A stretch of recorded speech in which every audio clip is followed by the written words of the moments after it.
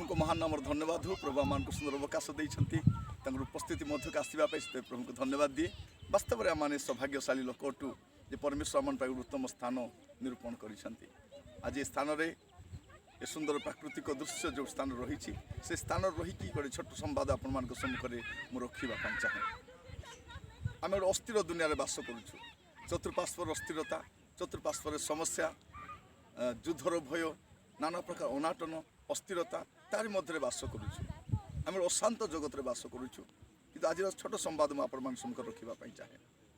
Bible कहे जे साई 26 पर्व 3 पदरे jar मन तुम्भठारे स्थिर थाए ताहाकु तुमे संपूर्ण शांति रखिब कारण से तुम्हारे निर्भर रखे। प्रिय भाई प्रिय भौणी मुझे कहवाई चाहे जार मन तुम्हारे स्थिर थाए। आपणकर व्यक्तिगत जीवन कौन समस्या अच्छी मुझे जाने ना, आप कि प्रकार परिस्थिति बांधी गति कर भी मुझे जाने ना, कि गोटे विषय जानी ये अस्थिर दुनिया रे आप प्रभु स्थिर था। जदि आप प्रभु स्थिर रे आप संपूर्ण शांति रे आप चाहते संपूर्ण शांति रही आप जीवन शांति रहू बोली चाहते कारण चारिड़े अशांत, चारिड़े समस्या, चारिड़े विपत्ति, नाना प्रकार अस्थिरता मध्य में बसवास करुचु। ए प्रकार परिस्थिति मध्य कहवाई चाहे जार मन तुम्हारे स्थिर थाए ताहाकु तुमे संपूर्ण शांति रखे। प्रिय भाई भौणी माने मु जाने ना आपण को परिस्थिति अच्छी, आपण घरे समस्या कौन, आपण कि प्रकार परिस्थिति गति कर तो आर्थिक समस्या थाई पारे, स्वास्थ्यर समस्या थाई पारे, आपण ऋण रे थाई पारंती बा जेकोसी समस्या अच्छी आज प्रभु रे पळे आसंतु। जार मन तुम्हारे स्थिर थाए, जार मन प्रभु ठारे स्थिर थाए ताहाकु से संपूर्ण शांति रखिबे कारण से ताहां निर्भर रखे। आपण अनेक निर्भर रखिछंती, आपणकर कलिग मान निर्भर रखिछंती, आपणकर रिलेटिव उपर निर्भर रखिछंती, आपणकर साहूकार उपर निर्भर रखिछंती, आपण चतुर्पार्श्वर अनेक उपर निर्भर रखिछंती किंतु निराश होइछंती। जेते थर आपण लोक उपर निर्भर करिछंती सेते थर आपण निराश होइछंती। आज मु कहिबा चाहे यदि वास्तव में आपण जीवन शांति देखा चाहती, स्थिरता देखा चाहती प्रभु को निर्भर रख। प्रिय भाई भौणी माने आप अनेक को निर्भर रखी सारी। आज मुझे खाली कहवाई चाहे थोड़े प्रभु को निर्भर रखु।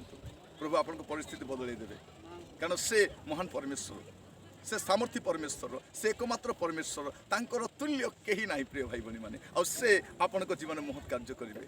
आप चाहते कि जीवन में शांति आसू आ मत संपूर्ण शांति प्रभु को निर्भर रखु, स्थिर होकर रुहतु आ परमेश्वर आपण जीवन आशीर्वाद भरीदेवे। प्रभु आपण मान आशीर्वाद करूँ।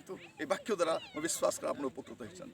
मुझे कहवाई चाहे आहरी अनेक नुआ नुआ वीडियो जो देखापी चाहते, संवाद शुणापी चाहते ये चैनल को सब्सक्राइब करूँ, लाइक करूँ, शेयर करूँ, आप फ्रेंड्स रिलेटिव्स मान को दिंतु, से भी जानतु। प्रिय भाई भौणी माने कारण लोक भावुं शांति कौटी मिल, शांति तो दुनिया रे नहीं, शांति सोना दुकान में मिले नहीं, शांति बैंक रे मिले नहीं, शांति कौटी मिले नहीं। तो प्रिय भाई भौणी माने शांति केवल प्रभु दियंती आउ से मध्य ताहाकु दियंती जे ताकठा निर्भर रखे। आज मैं आपको कहवाई चाहे थोड़े प्रभु को निर्भर रखी देखूँ।